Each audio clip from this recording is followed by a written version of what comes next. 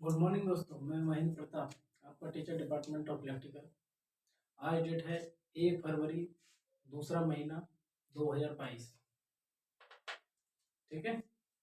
आज हम electrical third year EDDE second earthing के बारे में आज हमने कुछ लास्ट वीडियो में देखा था, और ये नेक्स्ट वीडियो है। इसमें कुछ लाभ और हानियाँ, एडवांटेज एंड डिसएडवांटेज देखेंगे।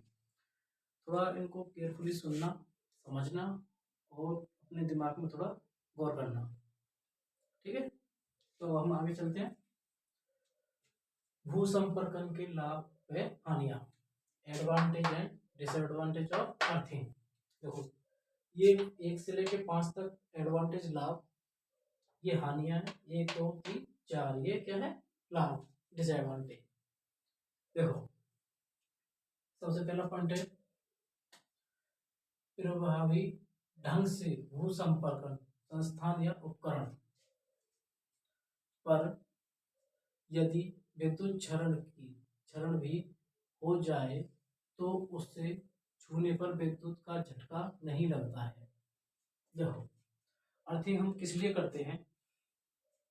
अर्थिंग हम इसलिए करते हैं जिससे कहीं उसमें कहीं करंट आ जाए, ठीक है, या कहीं कोई कुछ फॉल्ट हो जाए तो उसमें कोई ओवर वोल्टेज की वजह से, ओवर करंट की वजह से उसमें कोई बॉडी पे कहीं भी पार्ट पे करंट आ जाता है, तो उससे हम क्या करते हैं, उसको छूने से क्या है, बच जाते हैं।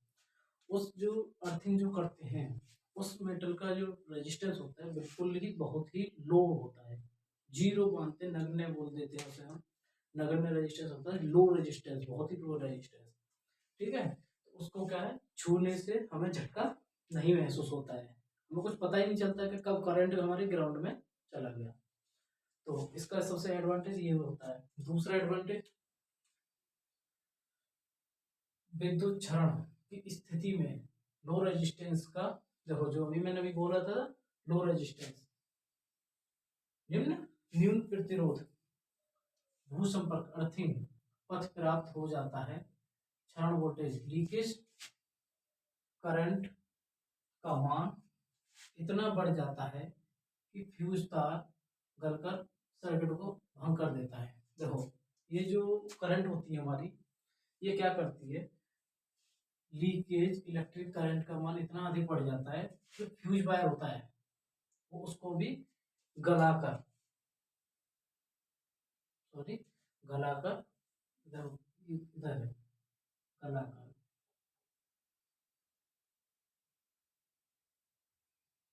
गलाकर परपथ को भंग कर देता है। देखो, कहीं भी आपने देखा होगा, जैसे आपके घरों में लाइट आती है, तो जैसे हाई करंट आती है तो क्या होता है, जो बाहर एमसीबी होते हैं, फ्यूज लगे होते हैं, तो वो क्या होते हैं, वो क्या होता है, ट्रिप कर जाते हैं, या जो फ्यूज जो वायर वाले होते हैं वो पिघल जाते हैं। फिर वो इसीलिए पिघलते हैं क्योंकि हमारे वहां पर करंट जो है उसकी लिमिट से ज्यादा आ गई है। तो ये उसी बात को बोल रहा है। और अर्थिंग हम इसीलिए करते हैं क्योंकि जैसे ही वो तुरंत एक्स्ट्रा आए, वो सीधे किस में चले जाए, ग्राउंड में। तीसरा पॉइंट है, देखो, उपकरणों व संस्थानों के विद्युत धारा वहन करने वाले भाग भू विभव पर बने रहते हैं। देखो, उपकरणों संस्थानों के विद्युत धारा वहन करने वाले भाग भू विभव पर बने रहते हैं। देखो, इसका मतलब ये है, जो हमारे इक्विपमेंट होते हैं, उपकरण होते हैं, संस्थान होते हैं, तो उसमें जो समान वोल्टेज पे क्या रहते हैं, बने रहते हैं। तो इसका ये उपाय जो है, मेन एडवांटेज। ठीक है, फिर आगे चौथा है, विद्युत लाइनों पर हाई वोल्टेज आने पर भू संपर्क युक्त व्यवस्था द्वारा इसे भूमि में विसर्जित कर दिया जाता है तथा लाइन व उपकरणों को हानि नहीं होने देता है, या होने पाती है, होने हानि होने नहीं हानि होने नहीं देता है, होने देता है, नहीं होने देता है। ठीक है, देखो, ये जो अर्थिंग जो करते हैं हम, देखो, विद्युत लाइनों पर हाई वोल्टेज आने पर अर्थिंग जो करते हैं हम, क्या करते हैं, अर्थिंग व्यवस्था द्वारा भूमि में विसर्जित कर दिया जाता है। देखो क्या बोल रहा है, हाई वोल्टेज कोई भी इलेक्ट्रिक लाइन है हमारी, जो घरों के लिए जो लाइन आती है, बाहर ग्राउंड में भी होती है, कुछ हमारे यार्ड में वो भी लाइनें होती हैं, तो जो हमें घर तक जो लाइन आती है उनमें क्या होता है, हाई वोल्टेज आ जाता है। तो ये हाई वोल्टेज जो होती है, अर्थिंग क्या करती है, अपने अंदर से लेके सीधा कि उसमें क्या कर देती है, वो ग्राउंड में कर देती है।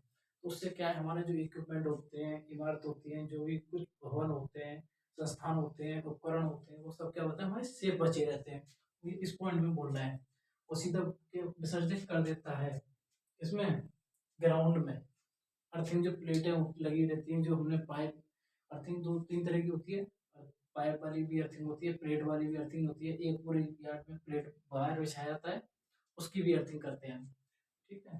तो उसमें हम अर्थिंग करते हैं, कोयला, पानी, नमक, पता नहीं कई चीज़ सारी डालते हैं, तो उनसे हम क्या करते हैं, मिला करके मिक्सचर घोल बना करके तो हम उसको अर्थिंग करते हैं। तो ये उसी बारे में बोल रहा है, उपकरणों को हानि नहीं होने देता है, ठीक है। अब देखते हैं हानियां। यदि भूतार कहीं टूट जाए, देखो कहीं भी अर्थ वायर हो, ऊपर वाला अर्थ वायर क्या है, टूट जाए, खुला तार होने के कारण भूक्षरण स्थिति में छू जाने पर विद्युत झटका लग सकता है। का झटका, विद्युत का झटका लग सकता है। देखो कहीं भी कोई वायर टूट गया, अगर वहीं सप्लाई नहीं कर पाए, अगर हमने उसको पकड़ लिया, तो वो इतना कर्रा झटका देगी हमें कि हमें पता भी नहीं चलेगा वो कितना कर्रा झटका देगी, और हमें हो सकता है हमारी ऑन द स्पॉट डेथ भी हो जाए, मर भी जाए हम, ठीक है। ये सबसे बड़ा डिसएडवांटेज होता है इसका। नंबर 2, भूतार की उदासीन तार की भांति उपयोग में नहीं लाया जा सकता। देखो ये अर्थवायर होता है और ये न्यूट्रल होता है, उदासीन तार, इन दोनों को कभी एक दूसरे के साथ कंपेयर हम नहीं कर सकते हैं, ये सबसे बड़ा पॉइंट होता है इसमें, ठीक है। अब बात करते हैं तीसरा, यदि भूतार पीछे की ओर ऐसी स्थिति में भंग हो जाए कि वह प्रणाली वोल्टेज, सिस्टम वोल्टेज संतुलन को प्रभावित करे, तो असमान वोल्टेज मान किसी कला पर प्रति अति उच्च वोल्टेज की स्थिति भी उत्पन्न करते हैं।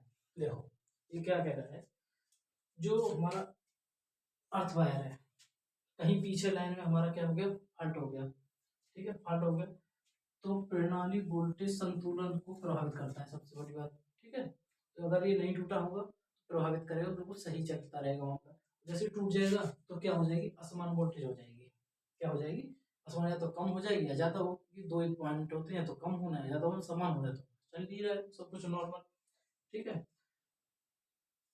कला पर प्रति अति उच्च वोल्टता, ये देखो प्रति अति उच्च वोल्टता, या तो और एक्स्ट्रा वोल्टेज, ठीक है, को उत्पन्न करने स्थिति में उत्पन्न करते हैं, ठीक है। तो या तो ये कम वोल्टेज उत्पन्न करेगा या फिर ये बहुत ही ज्यादा, ठीक है। ये जिसका डिसएडवांटेज होता है तीसरा नंबर का। अब देखो चौथा, यदि भू संपर्कन प्रणाली में लो रेजिस्टेंस वैल्यू का ना हो तो वह विद्युत से सुरक्षा प्रदान करने में समर्थ नहीं होता। देखो ये कह रहा है, जो हम अर्थिंग यूज करते हैं उसमें क्या हमारा लो रेजिस्टेंस नहीं हो तो वो हमारा सुरक्षा प्रदान करने में बिल्कुल भी सक्षम नहीं होगा, ये साफ साफ कह रहा है।